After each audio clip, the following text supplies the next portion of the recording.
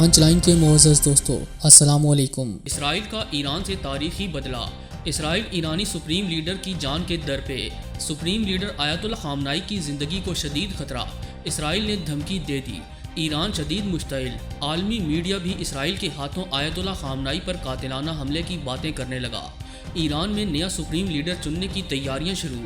Video کے آخر میں بتائیں گے کہ ایرانی سپریم لیڈر کی جان کو شدید خطرہ ہے۔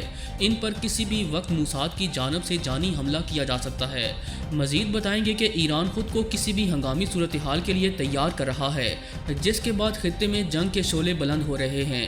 آنے والے دنوں میں کیا کچھ ہوگا، اس پر بھی بات چیت کی جائے گی۔ تاہم نئے شامل ہونے والے دوستوں سے التماس ہے کہ پانچ لائن کو سبسکرائب کر کے بیل نوٹیفیکیشن بھی آن کر لیں تاکہ آپ تک خطے کی اہم اور تازہ صورتحال بر وقت پہنچ سکے۔ تو آئیے چلتے ہیں موضوع کے اصل حصے کی جانب۔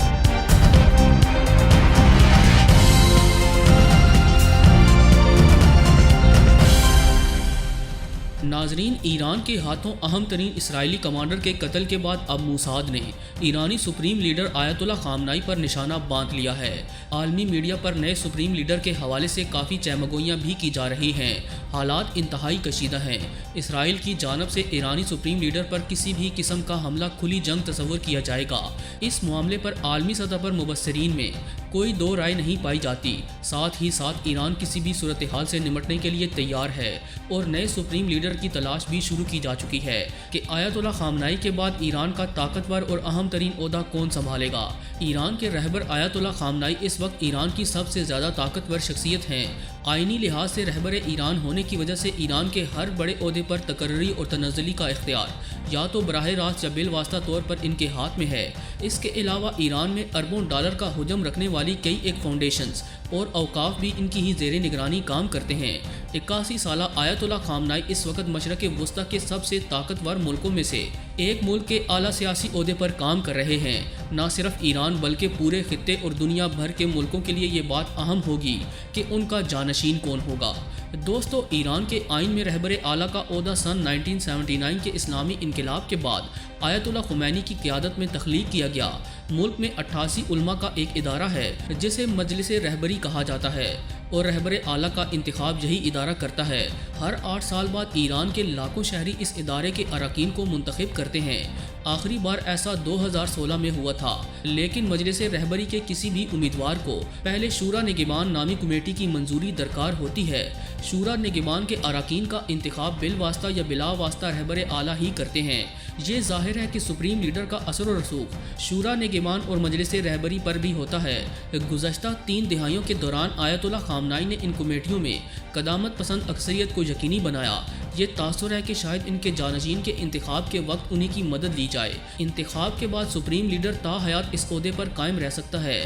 ایران کے آئین کے مطابق سپریم لیڈر صرف اہل تشیع کا مذہبی رہنما ہوتا ہے، لیکن جب آیت اللہ خامنائی کا انتخاب ہوا تھا تو وہ آیت اللہ نہیں تھے۔ قانون بدلے گئے تاکہ وہ عہدہ سنبھال سکے، لہٰذا نئے رہنما کے انتخاب کے لیے سیاسی ماحول کے حساب سے قوانین دوبارہ بدلے جا سکتے ہیں۔ ایران میں رہبر اعلیٰ کو ملک کا سب سے زیادہ طاقتور شخص سمجھا جاتا ہے اور رہبر اعلیٰ ملک کی مسلح افواج کے کمانڈر ان چیف بھی ہوتے ہیں۔